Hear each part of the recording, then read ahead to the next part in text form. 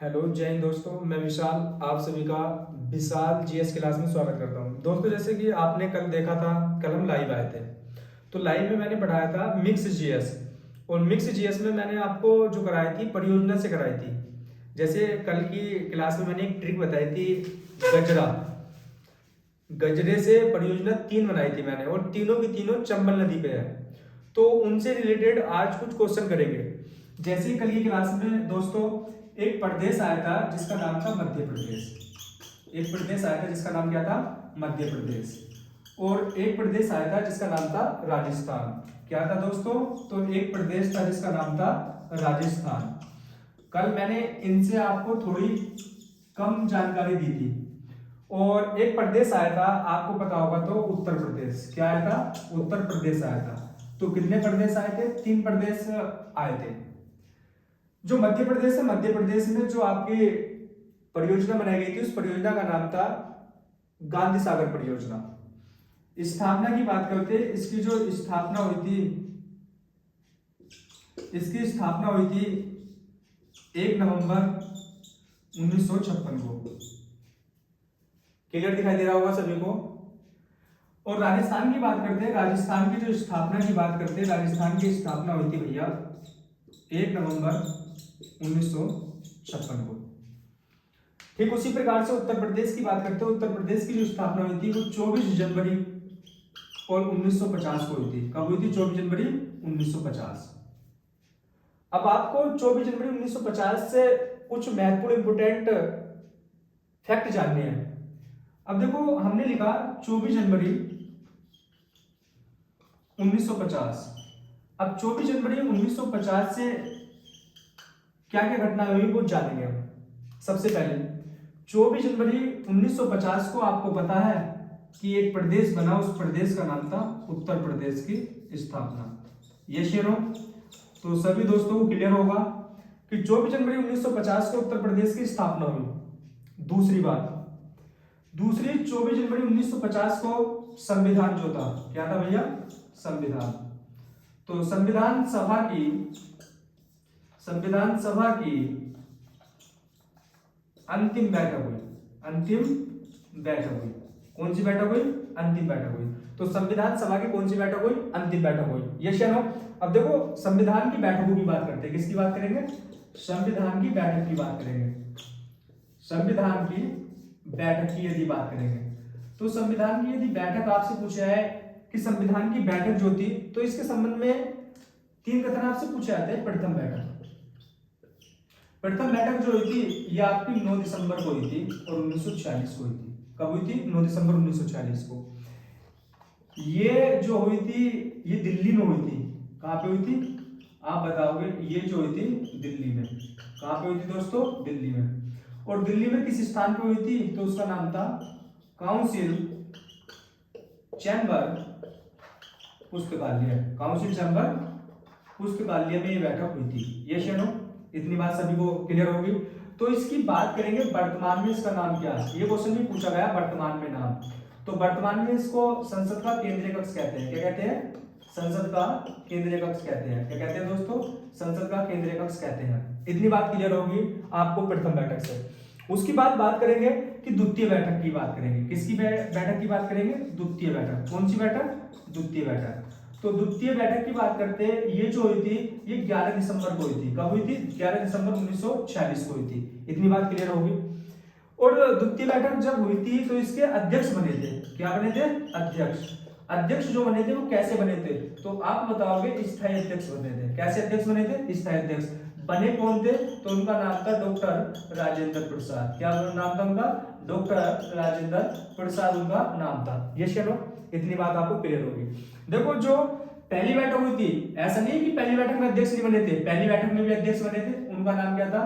तो उनका नाम था सच्चिदानंद सिन्हा। उनका नाम क्या था? सच्चिदानंद सिन्हा नाम था उनका। ये शेयर हो, इतनी बात सभी भाई बहनों को क्लियर हो गई होगी। किसी भैया को, किसी बहन को कोई दिक्कत हो तो बताना।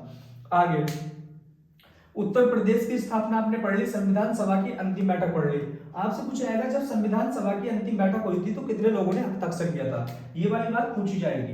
हस्ताक्षर को लेके कि हस्ताक्षर जो करा था वो कितने लोगों ने करा था। तो आप सभी का जवाब होगा कि 284 लोगों ने हस्ताक्षर किया था। कितने लोगों ने? 284 लोगों ने हस्ताक्षर किया था। ये चलो ये बात भी क्लियर होगी भैया। अब अगली बात आती है कि राष्ट्रपति बनाए गए, प्रथम राष्ट्रपति। कैसे राष्ट्रपति थे? प्रथम राष्ट्रपति। तो प्रथम जो राष्ट्रपति बने उनका नाम क्या था? उनका नाम था डॉक्टर राजेंद्र प्रसाद। क्या नाम था इनका? इनका नाम था डॉक्टर राजेंद्र प्रसाद। राजेंद्र प्रसाद इनका नाम था। ये शनो इतनी बात सभी भैया को क्लियर हो गई होगी। देन आगे बात करते हैं। आगे जो बात करते हैं, एक आपका राष्ट्रीय गान। राष्ट्रीय गान, राष्ट्रीय गान जो है आपका जन गण मन, ये आपका राष्ट्रीय गान है। अगर राष्ट्रीय गान के समय अवधि की बात करें कि इसकी समय अवधि है, समय पीरियड क्या है, तो आप लोग बताओगे सभी लोग 52 सेकंड है। कितना है? 52 सेकंड है। इतनी बात क्लियर होगी। इसके लेखक की बात करते हैं, इसके लेखक कौन है? तो आप बताओगे इसके जो लेखक है वो रविंद्रनाथ टैगोर है। रविंद्रनाथ टैगोर है। कौन है भैया? रविंद्रनाथ टैगोर इसके लेखक है। इतनी बात क्लियर हो गई होगी। आप देखिएगा आगे चलते हैं। आगे क्या हुआ दोस्तों? आगे ये हुआ कि 24 जनवरी 1950 की ही घटना है। एक राष्ट्रीय गान होता है, एक राष्ट्रीय गीत होता है। तो राष्ट्रीय गीत क्या भैया? राष्ट्रीय गीत की बात करेंगे। राष्ट्रीय गीत जो है वो क्या है?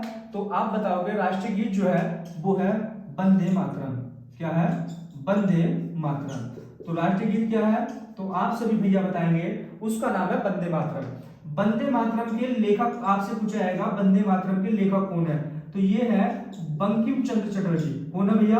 बंकिम चंद्र चटर्जी। बंकिम चंद्र चटर्जी जो है ये आपके वंदे मातरम के लेखक है। ये शनो देखो इतनी बात क्लियर हो गई होगी। हमने क्या पढ़ा है इसको एक बार रिवाइज करते हैं दोस्तों। 24 जनवरी 1950 को हमने कहां से तिथि उठाई? हमने उठाई उत्तर प्रदेश आया था। उत्तर प्रदेश आया कब था? उत्तर प्रदेश आया था जब मैंने कल की क्लास में आपको बताया था। जिन बच्चों ने कल की क्लास नहीं देखी एक बार वो कल की क्लास देख लेंगे, उसके बाद अच्छे से समझ में आएगा आपको। तो उत्तर प्रदेश जो आया था मैंने बताया था चंबल नदी। चंबल नदी 3 प्रदेशों में प्रवाह करता है। प्रवाह का मतलब है अपने जल को कहां पे बहा के लेके आती है। तो अपने जल को जो लेके जाती है वो 3 प्रदेशों में लेके जाती है भैया। एक का नाम था मध्य प्रदेश। मध्य प्रदेश से राजस्थान पहुंचती है और राजस्थान से उत्तर प्रदेश में आती है। तो वहां से आया था उत्तर प्रदेश। 24 जनवरी 1950 को क्या हुआ? उत्तर प्रदेश की स्थापना हुई। संविधान सभा की अंतिम बैठक हुई 24 जनवरी 1950 को। संविधान सभा की जब अंतिम बैठक हुई तो उस समय 284 लोगों ने हस्ताक्षर करे, यानी कि सिग्नेचर करे थे अपने संविधान पे। दूसरी बात, 24 जनवरी 1950 को प्रथम राष्ट्रपति बनाया गया और राष्ट्रपति बनने वाले व्यक्ति का नाम था डॉक्टर राजेंद्र प्रसाद। राष्ट्रीय गान जिसको आप जनगण मन के नाम से जानते हो और 24 जनवरी 1950 को संविधान सभा ने स्वीकार लिया था। जब संविधान सभा ने 24 जनवरी 1950 को स्वीकार लिया गया तो आपसे पूछा जाएगा कि इसको हम गाते कितने समय में है? आप सभी का जवाब रहेगा कि इसको हम 52 सेकंड की समय अवधि के दौरान इसको गा लेते हैं। लेखक की बात करते हैं, इसके लेखक रविंद्रनाथ टैगोर थे। देन दूसरी बात आती है, एक राष्ट्रीय गीत होता है, राष्ट्रीय गीत जिसका नाम है वंदे मातरम। वंदे मातरम के जो लेखक है उनका नाम है बंकिम चंद्र चटर्जी। देन संविधान सभा में देखिएगा बैठक हुई थी। प्रथम बैठक 9 दिसंबर 1946 को हुई थी। कहां हुई थी? दिल्ली में हुई थी। और दिल्ली में वो जो स्थान था उस स्थान का नाम था काउंसिल चैम्बर पुस्तकालय। वर्तमान में इसका संसद का केंद्रीय कक्ष नाम कर दिया गया है। बैठक की बात करते हैं, द्वितीय बैठक की बात 11 दिसंबर 1946 को हुई थी। और अध्यक्ष की बात करेंगे, इसमें स्थायी अध्यक्ष बने थे डॉक्टर राजेंद्र प्रसाद। कौन से अध्यक्ष बने थे? डॉक्टर राजेंद्र प्रसाद इसके अध्यक्ष बने थे। ये शर्म। उसके बाद राजस्थान राज्य की बात करते हैं। राजस्थान राज्य क्षेत्रफल की दृष्टि से कैसा भैया? मैंने कल भी बताया था, क्षेत्रफल की दृष्टि से, क्षेत्रफल की दृष्टि से, क्षेत्रफल की दृष्टि से प्रथम स्थान रखता है। कौन सा स्थान? प्रथम स्थान रखता है। प्रथम स्थान रखता है। आपसे पूछा जाएगा कि ये बताओ जब प्रथम स्थान राजस्थान लगता है तो दूसरा कौन लगता है? फर्स्ट की बात करते हैं, सेकंड की बात करते हैं, थर्ड की बात करते हैं और भैया फोर्थ की बात करते हैं। ये चीजें पूछी जा सकती है आपसे। तो देखिएगा प्रथम की बात करते हैं, प्रथम जो रखता है, प्रथम रखता है राजस्थान। जो सेकंड रखता है, सेकंड रखता है आपका महाराष्ट्र, सॉरी सेकंड रखता है मध्य प्रदेश, सेकंड रखता है मध्य प्रदेश। मध्य प्रदेश के बाद महाराष्ट्र, और महाराष्ट्र के बाद आपका रखता है अपना उत्तर प्रदेश। ये सुनो, इतनी बात सभी को क्लियर होगी। उसके बाद बात आती है कि जब क्षेत्रफल की दृष्टि से 4 ये राज्य अपने प्रथम स्थान रखते हैं, तो 2 आपसे पूछा जाता है जनसंख्या की दृष्टि से। जनसंख्या की दृष्टि से, जनसंख्या की दृष्टि से कौन कौन से राज्य हो सकते हैं, तो ये बताइएगा। ये वाली बात सभी बच्चों को क्लियर है? यहां तक किसी भाई किसी बहन में कोई दिक्कत तो नहीं है? अगर दिक्कत है तो बताइएगा, अगर किसी भी भाई को। देखो आगे चलते हैं। जनसंख्या की दृष्टि से प्रथम स्थान, फर्स्ट, तो वो है अपना उत्तर प्रदेश। सेकंड की बात करते हैं, सेकंड जो है उसका नाम है महाराष्ट्र, महाराष्ट्र। थर्ड की बात करते हैं, थर्ड जो है उसका नाम है बिहार, क्या है? बिहार। और 4 नंबर पे जो आता है, 4 नंबर पे आपका आता है पश्चिम बंगाल, जिसको आप वेस्ट बंगाल के नाम से जानते हो। तो ये वाली बातें इतनी क्लियर होगी। आगे चलेंगे। आगे मैंने आपको एक ग्लोब करवाया था, पृथ्वी बना के दिखाई थी मैंने। देखो ये मैंने बताया, ये आपका क्या है? ये आपका ग्लोब है, यानी कि पृथ्वी है। ये पृथ्वी को 2 बराबर भागों में जो बांटती है, ये कौन सी रेखा बांटती है आपसे पूछा जाएगा। तो इसका नाम है 0 डिग्री अक्षांश। ये रेखा होती है 0 डिग्री अक्षांश। ये चलो, जब हमने पृथ्वी को 2 बराबर भागों में बांट दिया, तो एक पार्ट्स ऊपर वाला हो गया और एक पार्ट्स नीचे वाला हो गया। यस। अब देखो भैया, बात करेंगे जो ऊपर वाला पार्ट्स है और जो नीचे वाला पार्ट्स है। जो ऊपर वाला पार्ट्स है, इसको हमने उत्तरी गोलार्ध, क्या कहा इसको? उत्तरी गोलार्ध। और गोलार्ध का अन्य नाम मैंने कल भी बताया था आपको लास्ट क्लास में, ध्रुव होता है। क्या होता है? ध्रुव। और दक्षिण की बात करते हैं, दक्षिणी गोलार्ध। और दक्षिणी गोलार्ध जो है, दक्षिणी गोलार्ध का नाम होता है ध्रुव। यस। अब क्या, ये जो आपकी 0 डिग्री अक्षांश है, इसके नाम पूछे गए, इसको हम किस किस नाम से जानते हैं? तो इसको हम भूमध्य भी कहते हैं। क्या कहते हैं? भूमध्य रेखा। और भूमध्य रेखा नहीं आए तो इसको हम विषुवत रेखा भी कहते हैं, विषुवत रेखा।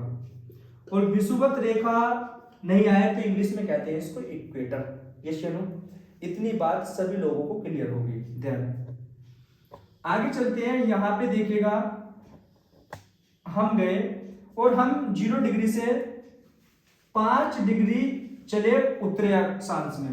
5 डिग्री कौन से अक्षांश में चले भैया? तो 5 डिग्री चले हम उत्तरी अक्षांश में, यस या नो? और 5 डिग्री हम चले दक्षिणी अक्षांश में।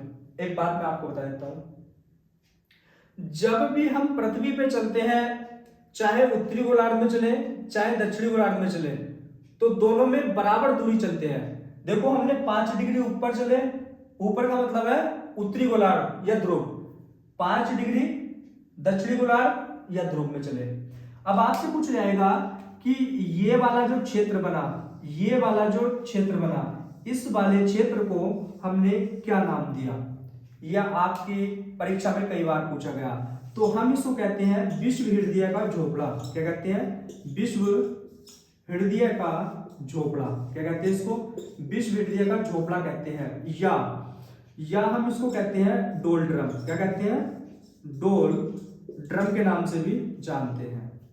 क्लियर होगी आपको ये बात। उसके बाद हम चले तो हम यहाँ पे गए और यहाँ पे हमें मिला 23.5 डिग्री। और 23.5 डिग्री जब हम ऊपर चले तो 23.5 डिग्री हम कहाँ चलेंगे भैया? नीचे चलेंगे। क्लियर? अब यहाँ पे जब ऊपर गए तो यहाँ पे एक रेखा मिली, जिस रेखा का नाम है कर्क रेखा। कौन सी रेखा? कर्क रेखा। जब नीचे गए तो नीचे एक रेखा मिली, जिस रेखा का नाम है मकर रेखा। कौन सी रेखा भैया? मकर रेखा। यस चलो ठीक है, चल गए। हमारे पास ऊपर हम गए तो ऊपर हमने चले 66 डिग्री, 66.5 डिग्री। जब 66.5 डिग्री की दूरी हम उत्तरी गोलार्ध में चले तो 66.5 डिग्री की दूरी हम दक्षिणी गोलार्ध में चलेंगे कि नहीं? ये चलो बताओ ना। अब देखो क्या हुआ भैया कि जब हम 66.5 डिग्री उत्तरी गोलार्ध में चले तो कौन सी रेखा मिली? तो आप बताओगे आर्कटिक वृत्त मिला। क्या मिला? आर्कटिक वृत्त मिला। क्या मिला? आर्कटिक वृत्त मिला। ये सुनो, नीचे जब चले तो आप बताओगे अंटार्कटिका वृत्त मिला। ये सुनो, इतनी बात सभी को क्लियर है? जो मैंने दिखाया आपको पृथ्वी में ये रेखाओं के बारे में बताया, तो ये वाली बात तो क्लियर होगी ना सभी को? अब देखिएगा क्या है। अब आपसे पूछा जाएगा ये वाली जो पृथ्वी पे लेटी हुई रेखा होती है ये होती कौन सी है? तो पृथ्वी पे जो लेटी हुई रेखा होती है ये होती है अक्षांश रेखाएं। क्वेश्चन पूछा जाता है। अब अक्षांश रेखाएं कौन सी होती है? अक्षांश रेखाएं वे रेखा होती हैं जो हम पश्चिम से पूरब की ओर खींचते हैं। किधर खींचते हैं? पश्चिम से पूरब की ओर खींचेंगे, शॉर्ट फॉर्म में है। पश्चिम से पूरब की ओर खींची जाने वाली रेखा को कहते हैं अक्षांश रेखा। और देशांतर रेखा जो होती है, जो पृथ्वी पे खड़ी रेखा होती है, कौन सी रेखा होती है? खड़ी। मैं आपको एक मिनट बना के दिखा देता हूं, थोड़ा सा ग्लोब, छोटा सा। देखो ये ग्लोब है हमारा, और ये आपने देखा, ये पृथ्वी को दो बराबर भागों में डिवाइड कर दिया, और ये वाली रेखा यहाँ आई। ये वाली रेखा पृथ्वी पे कैसी है? खड़ी रेखा है। ये वाली रेखा जो पृथ्वी पे कैसी रेखा है? तो आप बताओगे ये वाली रेखा पृथ्वी पे खड़ी रेखा है। तो ये रेखा कैसी हो गई? देशांतर रेखा हो गई। अब इसकी डेफिनेशन बनाओ।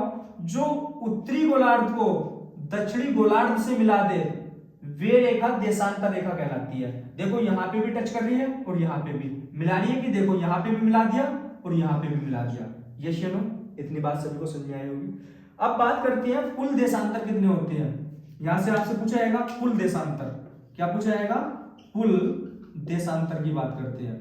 तो कुल देशांतर आप लोग बताओगे कितने होते हैं? 360 होते हैं। कितने होते हैं? 360। बात क्लियर होगी। उसके बाद आपसे पूछा जाएगा कुल अक्षांश की यदि बात करें, कुल अक्षांश, तो कुल अक्षांश की यदि बात करेगा तो कुल अक्षांश जो होते हैं वो होते हैं भैया आपके 181। अब 181 कैसे होते हैं कोई व्यक्ति बता सकता? मैं बताऊं। जब आप भूमध्य रेखा से जाओगे तो भूमध्य रेखा से जब यहां तक जाओगे तो यहां तक जो होते हैं वो 90 डिग्री होते हैं। और जब 90 डिग्री होते हैं तो 1 डिग्री पर एक अक्षांश बना होता है। जैसे कि ये वाला अक्षांश 1 डिग्री पर है, ये वाला अक्षांश 2 डिग्री पर है, ये वाला अक्षांश 3 डिग्री पर है। जब हम यहां तक पहुंच जाएंगे तो हमारे पास 90 डिग्री हो जाएंगे। जब 90 डिग्री हो गए तो हमारे पास अक्षांश भी कितने हो गए? 90 हो गए। ये चलो, उसके बाद जब हम यहां से चलेंगे नीचे की ओर तो यहां पे भी कितने डिग्री हो जाएंगे? 90 डिग्री हो जाएंगे। जब 90 डिग्री हो गए तो 1 डिग्री पर एक अक्षांश, तो कुल कितने हो गए? तो 90 हो गए। प्लस के 1 और बराबर कितना हो गया? 181। अब एक जो जोड़ा है कौन सा जोड़ा? ये हमारे पास जो भूमध्य रेखा है इसको हमने जोड़ा। बात क्लियर है कि नहीं? ठीक है। उसने कहा कि सामान्यतः अक्षांश, सामान्यतः अक्षांश, सामान्यतः अक्षांश की बात करें तो सामान्यतः अक्षांश जो होते हैं हमारे पास, आप लोग बताओगे 179 होते हैं। ये 179 होते कहां से आए 179? देखो मैं बताता हूं, टोटल आपके पास कितना है? 181 है, माइनस के 2 करा तो कितने आ गए? 179 आ गए। क्लियर जी भैया। अब ये 2 कौन से माइनस कर दे?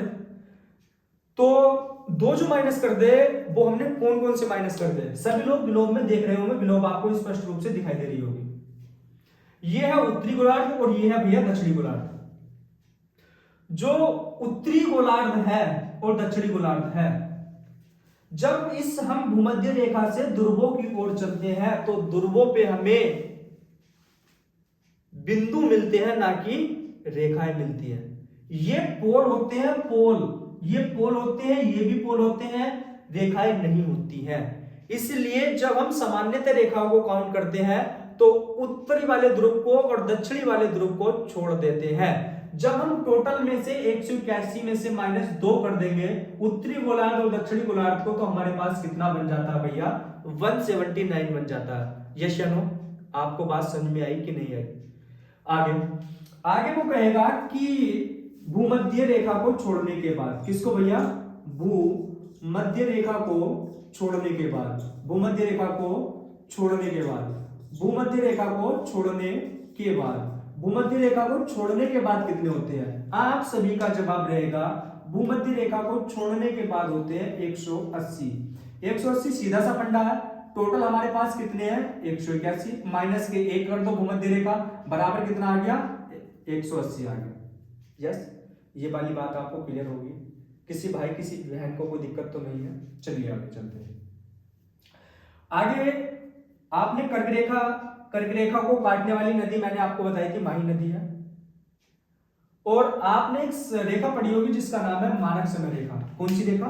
मानक समय रेखा। मानक समय रेखा, मानक समय रेखा। जो मानक समय रेखा है भारत की, वो कहां से गुजरती है? आपसे पूछा जाएगा गुजरती कहां से है? तो आप बताओगे ये जो गुजरती है 82.5 डिग्री पूर्वी देशांतर से गुजरती है। कहां से गुजरती है? पूर्वी देशांतर से गुजरती है। 82.5 डिग्री पूर्वी देशांतर से गुजरती है। और जिस शहर से गुजरती है उस शहर का नाम है इलाहाबाद। कहां से गुजरती है? इलाहाबाद से गुजरती है। और इलाहाबाद में एक शहर पड़ता है जिसका नाम है मिर्जापुर। क्या भैया? मिर्जापुर। और मिर्जापुर से गुजरती है ये। तो आपसे पूछा जाएगा भारत के कितने प्रदेशों से जाती है? तो ये भारत के राज्यों की यदि बात करें तो राज्यों से जाती है, गुजर के 5 राज्यों से। कितने राज्यों से जाती है? 5 राज्यों से। पहला, सबसे पहले उत्तर प्रदेश, उत्तर प्रदेश के बाद मध्य प्रदेश। कहां से आती है? मध्य प्रदेश। मध्य प्रदेश के बाद ये आती है छत्तीसगढ़। कहां से आती है? छत्तीसगढ़। और छत्तीसगढ़ के बाद कहां आती है? उड़ीसा। छत्तीसगढ़ के बाद कहां आती है? उड़ीसा। और उड़ीसा के बाद कहां आती है? तो आप सभी लोग बताओगे आंध्र प्रदेश। कहां? आंध्र प्रदेश। तो कितने राज्यों से गुजरी? आप सभी का जवाब होगा 5 राज्यों से। 5 राज्य कौन कौन से हैं? सबसे पहले उत्तर प्रदेश, उत्तर प्रदेश के बाद मध्य प्रदेश, मध्य प्रदेश के बाद छत्तीसगढ़, छत्तीसगढ़ के बाद उड़ीसा, उड़ीसा के बाद आंध्र प्रदेश। तो कितने राज्य हो गए? 5 राज्य। कौन सी रेखा? भारतीय मानक समय रेखा गुजरती है। अब देखो यहां से भी क्वेश्चन बनता है कि भारतीय मानक समय रेखा ग्रीनविच रेखा से, जिसको आप GMT कहते हैं, ग्रीनविच रेखा से कितने घंटे आगे होती है? तो आप बताओगे ये 5.5 घंटे आगे होती है। कितने घंटे आगे होती है? तो आप जवाब दोगे 5.5 घंटे आगे होती है। देखिएगा मैंने जो भी आपको पढ़ाया वो क्लियर होगा। एक बार इसका रिवीजन करेंगे क्या क्या मैंने आपको पढ़ाया। देखो कल की क्लास थी और इनकम्प्लीट थी, उसी से रिलेटेड हमने किया है। और हम विविध जी के इस क्लास में आपको पढ़ाएंगे। कोई एक पार्टिकुलर सब्जेक्ट के क्वेश्चन नहीं होंगे। फिजिक्स, केमिस्ट्री, बायोलॉजी, इतिहास, भूगोल और जितना भी विविध है वो सारे के सारे इसमें ऐड करके पढ़ाएंगे आपको। मध्य प्रदेश है, मध्य प्रदेश की स्थापना 1 नवंबर 1956 को हुई थी। राजस्थान की स्थापना 1 नवंबर 1956 को हुई थी। उत्तर प्रदेश की स्थापना 24 जनवरी 1950 को हुई थी। अब 24 जनवरी 1950 से जितने भी फैक्ट थे हमने सारे ले लिए इसी कक्षा में। 24 जनवरी 1950 को उत्तर प्रदेश की स्थापना हुई। 24 जनवरी 1950 को राष्ट्रीय गान अपनाया गया संविधान सभा के द्वारा। जो राष्ट्रीय गान है वो जनगण मनगण है। समय की बात करते हैं 52 सेकंड में गाते हैं। लेखक की बात करते हैं रविंद्रनाथ टैगोर है भैया। राष्ट्रीय गीत जो है वो वंदे मातरम है और लेखक है इसके बंकिम चंद्र चटर्जी। इसको भी जो अपनाया संविधान सभा में वो 24 जनवरी 1950 को अपनाया। संविधान सभा की अंतिम बैठक पे हस्ताक्षर करने वाले लोगों की संख्या थी 284। प्रथम राष्ट्रपति बने जिनका नाम था डॉक्टर राजेंद्र प्रसाद। पहली बैठक जो है 9 दिसंबर 1946 को इसके अध्यक्ष बने अस्थायी सचिदानंद सिन्हा। कहां हुई थी? दिल्ली में। उस जगह का स्थान का नाम था काउंसिल चैम्बर पुस्तकालय। वर्तमान में इसका नाम संसद का केंद्रीय कक्ष कर दिया गया है। द्वितीय बैठक की बात करते हैं 11 दिसंबर 1946 को हुई थी। और अध्यक्ष की बात करेंगे, अध्यक्ष थे इसके स्थायी। स्थायी और अस्थायी का मतलब, अस्थायी वो होते हैं जो अपने कार्यकाल से पहले अपने स्थान से या अपने पद से हटा दिए जाते हैं। और स्थायी वो होते हैं जब तक उनका समय होता है तब तक वो अपने पद पर बने रहते हैं। तो वो तो डॉक्टर राजेंद्र प्रसाद। उसके बाद गिलोबा आपको पढ़ाया। देखो पृथ्वी पर दो बराबर भागों में बांटने वाली रेखा का नाम, तो आप बताओगे भूमध्य रेखा, विषुवत रेखा या 0 डिग्री अक्षांश। जब हम 0 डिग्री अक्षांश से 5 डिग्री ऊपर चलते हैं, 5 डिग्री नीचे चलते हैं, तो ये वाला क्षेत्र जो आता है, ये आता है विषुवृत्तीय का झोपड़ा कहते हैं इसको, या डोल्ड्रम कहते हैं। ये सारी चीजें मैंने आपको कर्क रेखा, आर्कटिक रेखा, अंटार्कटिका रेखा, मकर रेखा सारी करा दी है। कुल अक्षांश कितने होते हैं ये आपको बता दिया मैंने। सामान्यतः अक्षांश 179 होते हैं, कैसे आए ये बता दिया आपको। भूमध्य रेखा को छोड़ने के बाद अक्षांश रेखाओं की संख्या कितनी होती है ये मैंने आपको बता दिया। देखिए, जनसंख्या की दृष्टि से प्रथम स्थान उत्तर प्रदेश रखता है भारत में, सेकंड स्थान महाराष्ट्र रखता है, थर्ड बिहार रखता है, और फोर्थ जो रखता है वो पश्चिम बंगाल, जिसको वेस्ट बंगाल भी कहते हैं। ठीक उसी प्रकार से क्षेत्रफल की दृष्टि से, एरिया की दृष्टि से फर्स्ट स्थान राजस्थान रखता है, सेकंड मध्य प्रदेश रखता है, थर्ड महाराष्ट्र, फोर्थ उत्तर प्रदेश रखता है। इस तरीके से जो आज की कक्षा है वो यहीं पे समाप्त करते हैं। सभी दोस्त कमेंट बॉक्स में बताना कि क्लास जो रही वो कैसी रही, और ये क्लास रिकॉर्डेड है। आप सभी लोग बताना कमेंट बॉक्स में कि क्लास रिकॉर्डेड करें या लाइव करें। जय हिंद दोस्तों, भारत माता की जय।